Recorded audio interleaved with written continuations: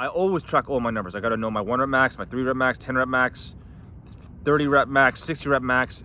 It doesn't matter if it's a compound exercise, a smaller exercise, I gotta know something. I always have to leave the gym with some kind of win because it creates such a positive euphoria knowing that I'm actually growing. It has a winning mindset. A record. I have to know that I'm leaving with some kind of record. If I'm using the exact same amount of weight, same amount of sets and reps, nothing's gonna fucking change. Well, technically, if you're doing the same amount of reps, sets, structure, but in less time, that's also a personal record. So if you finished your workout in 47 minutes versus 48, but use the same amount of weights and reps and sets, yeah, that's a personal record. But people think it has to be a massive thing. You just have to leave with 1 extra rep. That's it. 1 extra rep. If you can't do 10 reps, you have to do, imagine you only can do 10 push-ups, for example, and you can't hit 11. You keep hitting 9 and 8. Then what was the most amount of push-ups you did in that workout? If you did 3 sets of 7, 9, and 10 reps, that's about 19 plus 7, that's 16 reps. At least hit a total volume of more than 17 reps, or 16 reps. 10, you get the point. So it can be 4 sets of 5 push-ups. Because your body is not used to doing that many reps, it's a win. It's going to grow.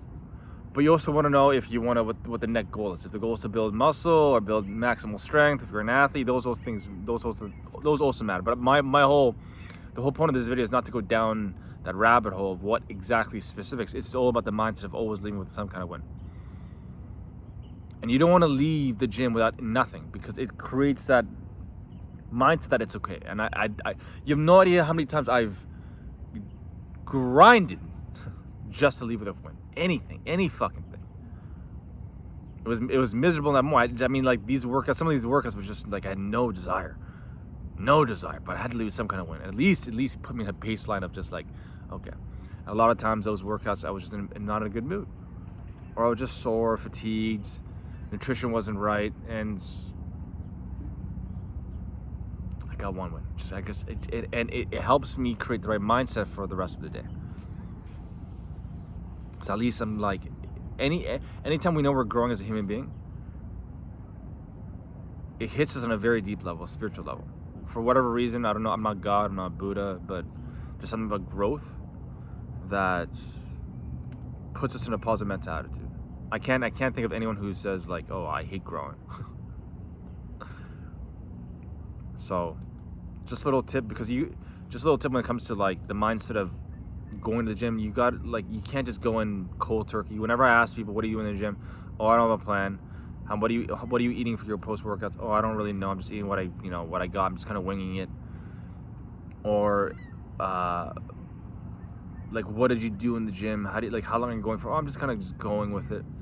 Your body's not gonna change unless your main goal is not body, it's just a positive mentality. Yeah, sure. Yeah, go till you feel better. But a lot of people have a physical goal or a sports goal or they want some kind of something to track. As human beings, we need kind of goals. And I see one of the biggest mistakes I see people do is they aim too high, they hit way too heavy, and that's the problem. If you go too heavy, I even fucking hate lifting heavy weights. My goal is to make a heavy weight feel light. So I build up to a certain point. I build up nice and slow. So I'll go 5, 10, 20, 30, 40, for example. That's just an example. And I make sure that 40-pound weight feels as relatively light as the 20 pounds and the 30 pounds, maybe even the 10. It's a gradient. If I'm getting heavier and heavier and it feels exponentially heavier, it creates a negative mindset of my workouts. I get negative thoughts. I feel like I'm getting weaker. Of course, my body's not warmed up to that point, so it's hard to hit a record. And there's many times I fail, and because I fail, I don't have to. I gotta get it. No, fuck it, go to sub max. I don't want to fucking break my bones and body. I'm not trying to be a powerlifter. That's not my goal. My goal is to be overall strong. So if I can't hit a 1 rep max, I'll go to a lighter weight. Like, for example, if I can't hit a deadlift max, I failed by like 10%. Like, instead of hitting, for example, 400 pounds, I hit 380. There's no way I'm not gonna hit 400. I'm not gonna grind it out. I'll even go down to like my accessory exercises, my isolation, the smaller ones at the very end of my workouts. And for example, if I got to do like band work, monster walks, just I call them like for lack of a better term, physiotherapy workouts. Just like very simple stuff. You can't even get hurt. If I did 30 reps and I did 31, I'm happy. That's considered growth. There has to be some kind of disruption. If your body's not used to it, perfect. And then if we feel good, it literally sets up for the rest. Like it really creates a good feeling to carry me through my day. Because there's a lot of shit in life that fuck just puts us in a negative mindset, a really negative mindset, and just creating that uplifting feeling. Look yourself in the mirror and seeing something that you're really proud of, and knowing that you're growing as a human being. It's a good feeling, very good feeling. So not only are you building the body type you want, not only do you feel good internally, not only are you like seeing the growth numerically, it changes our perception of reality, and it puts us in such an enthusiastic attitude. And that's what has worked for me. Not everything has to be intense. Not everything has to be a fucking grind. There are moments that are to grind. I guarantee when people see me in the gym, they're like, hey, it's nothing very special. A lot of times I'm very playful. Very playful. And to me, sometimes just doing an exercise that I haven't done in a long time or years is a personal record. Like today, I haven't done single leg split squats in fucking years. I kept procrastinating. I did it today, and that's a win. Literally, it's a win because it's a new stimulus. My body wasn't used to it. Man, I felt it in the muscles I've never felt before, and it felt good. And I listened to that voice in my head, and never since I listened to a voice in my head, my knee felt like so stable when I went for a run. I hit a record with my run here. And those small little wins, now I'm gonna go home.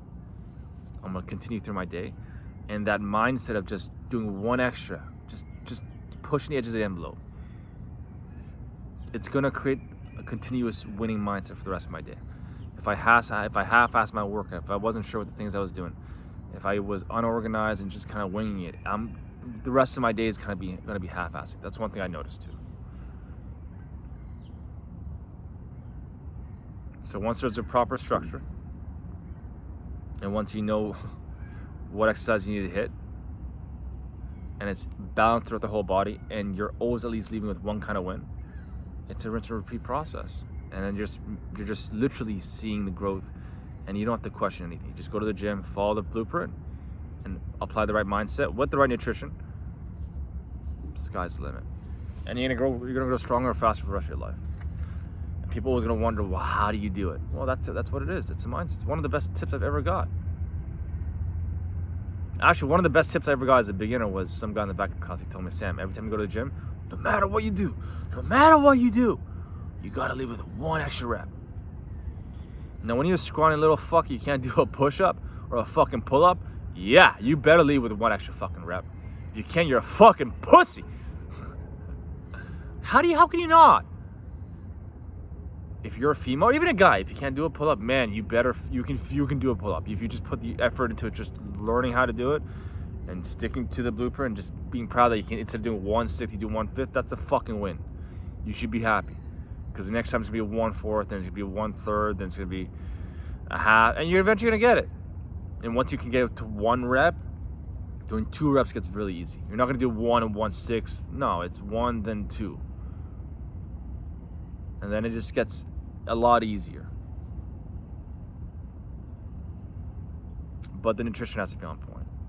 Initially, you can get away with the early growth, but that's one reason why people really struggle with getting those wins, because their macros are off, their nutrition's off, and they're not following a structure. And when they don't follow a structure, the body, you get a stimulus, the body's asking for nutrients to grow. You're not giving the nutrients to grow, so it doesn't really grow. If anything, it just kind of stays the same or breaks down. Or if you give the nutrients to grow, you have a certain time period before the body eventually starts to drop. because it will always go back to down to homeostasis. If your homeostasis is kind of like this, you have like 2-3 days for it to kind of like, that's my apology, for like a week-ish to kind of maintain that peak level. If you don't, guess what happens? You get weaker. You gotta keep stimulating all the time, with the right structure. You don't have to think. So just a little tip for you guys. I know a lot of guys are just, like I said, they're always struggling to get that positive mental attitude from the workouts. So I always track. Again, you can track your body, not just body weight. That's why that's the thing too. People always want to, for example, they want to get the physique, they want to lose their body, they want to lose body weight. There's so much you can track when it comes to body weight and physique. You want to get to 205. You want to gain 5 pounds of muscle. You want to lose 5 pounds of weight. Eventually, tracking your weight is gonna drive you fucking crazy. You can track your body with the size of your biceps as growth too. But what happens when you get the body? What are you gonna do? Where's the joy? Body dysmorphia is a real thing, real fucking thing. Eventually, once I got to 212 is the largest I ever got, 210, 212. I thought on a rough day when my mood wasn't right, I felt like it was 190 pounds. I was like, fuck, this is dangerous because I can get to 220. And my height very lean, 6, 7, 8%. 220 is just fucking huge. So I focus on strength gains. And again, it doesn't have to be lifting heavy. You can do a handstand.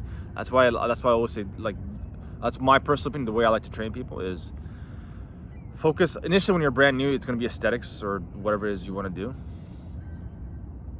And then eventually, a lot of times there's sports. So I would tell people, find something you kind of do in terms of like movement. So build the body type that you want in a gym, the right structures for strength training protocol, and then use that, for example, for hiking, skiing, martial arts. So you can kind of see the transfer over, and then you kind of feel it, and you have no idea how many people I've helped. There's one coach in the gym I helped, and he's just like, "Fuck Sam." It's like I didn't do much other than create more alignment and remove him from pain, and just follow a very simple blueprint for a month straight. It's like, Sam, I'm just like, I was intimidated by it. Now I'm like fucking tossing it around. I'm not even terrified by them. I'm jumping into the hellfire. I'm fucking throwing them around like ragdoll. And the confidence, he walked around, the posture. I was like, yeah, fuck yeah. Yeah, there you go. It's not only are you seeing the growth numerically, not only are you seeing the changes through your body, not only are you seeing your game change. Imagine all that across the board. You're basically creating a super freaky athlete from a physical standpoint, from a look standpoint, a physique standpoint, and an energy standpoint. A structural standpoint. You're creating a rare breed of human being.